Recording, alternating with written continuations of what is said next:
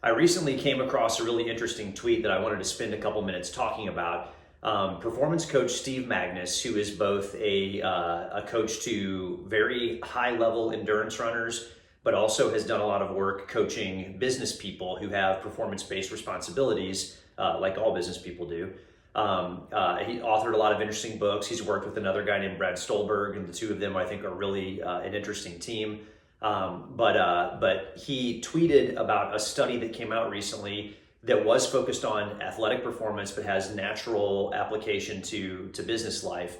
And in the article, it talked about the nature of goals, or some kind of like differing varieties of goals, and the types of goals that tend to have the most dramatic impact on performance. I thought it was super interesting, and it highlights something that I see time and time again, both in terms of work I do with other folks and in my own professional work. So I wanted to talk about it. I'm going to take 3 videos, short videos, to talk about this. So the first thing I want to do is to break down the 3 types of goals that are mentioned in the study, and to talk about the differences between the 3.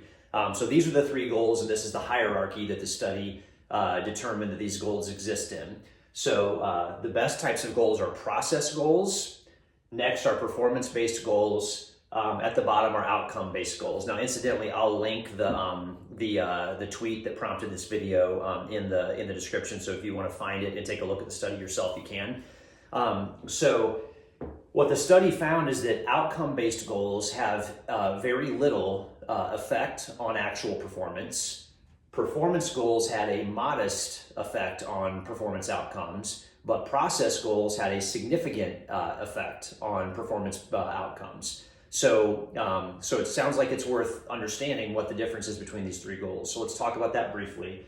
So starting at the bottom, an outcome-based goal is something that requires context to be able to articulate what the goal is. So like, for example, if we think about athletic performance, let's say you're a wrestler and you say, my goal is to win the state championship in my weight class this year. Maybe you're a basketball player and you say, my goal is to win the team MVP award this year. If you think about this in terms of a business environment, let's say that you are a salesperson and you say, my goal is to win, salesperson of the year, something along those lines. Or maybe to get to make it to the top producers meeting or top producers conference, you get the top producer, accolades for my firm, whatever. But this goal, the outcome-based goal, is some sort of specific achievement that compares your performance to other people's performances. So it's not hard to understand why this one can be tough, because you don't know what's going to happen with other people, and you don't have as much control over what happens with other people. Our locus of control is with us. So these types of goals typically do not lead to changes in performance. Interesting to think about. So that's the bottom, outcome-based goals. Next up the list are performance-based goals. Now, what I would suggest is, I think for most of us, we know that these goals trump these goals, and we spend a lot of time here. As a matter of fact, the kind of like holy grail of goal setting that we've all probably thought a lot about, learned a lot about, spent a lot of time working on, is setting SMART goals. And SMART goals, in a lot of respects, are really only going to be performance goals because of the measurability of them. So what a performance goal is it says, this is the level of achievement in quantifiable terms that I want to, get to this year, or this quarter, or in this event that I'm getting ready to do. So again, sticking with sports stuff. So let's talk about like a runner, which is what Steve Magnus primarily coaches. So let's say it's a cross-country runner, right?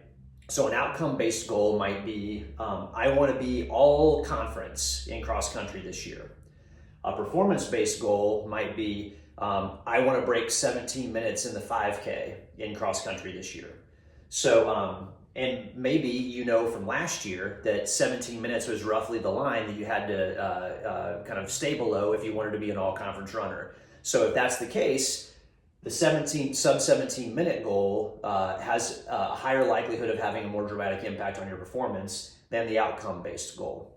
So performance goal is where you're actually specifically articulating some hurdle you want to clear, some bogey you want to achieve in your performance.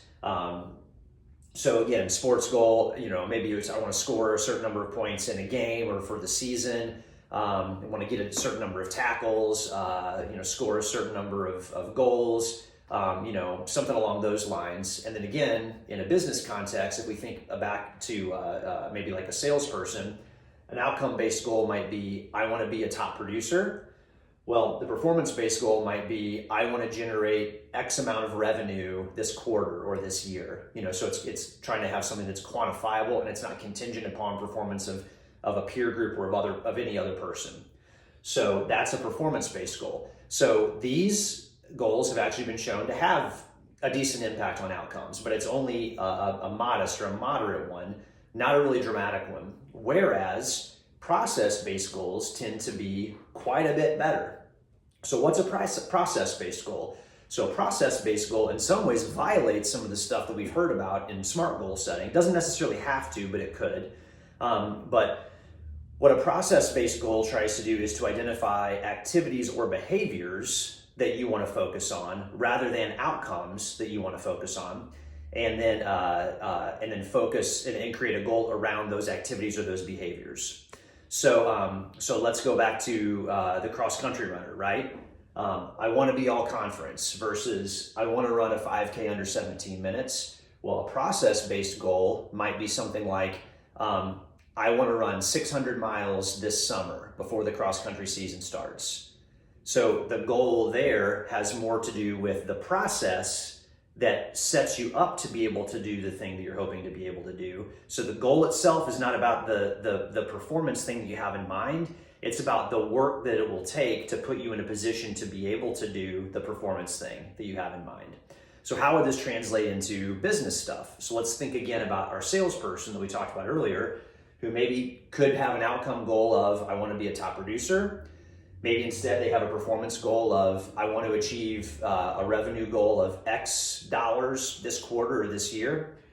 But even better, when it comes to changing behavior and driving performance, would be a process goal that took your sales process down to the kind of more fundamental activities, the inputs that ultimately drive the results that you're trying to get. So maybe a process goal could be, I want to make a first contact with 100 new prospects this quarter. That would be a good example of a process goal. Or I want to ask for the order 15 times a day, every day for this quarter.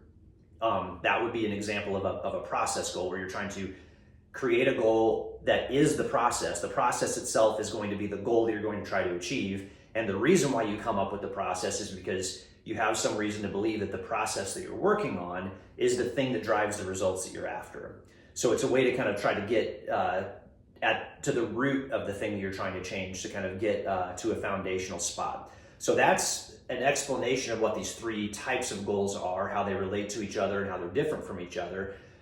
So process-based goals, performance goals, outcome goals. Process-based tends to produce the most dramatic effects in terms of improved performance.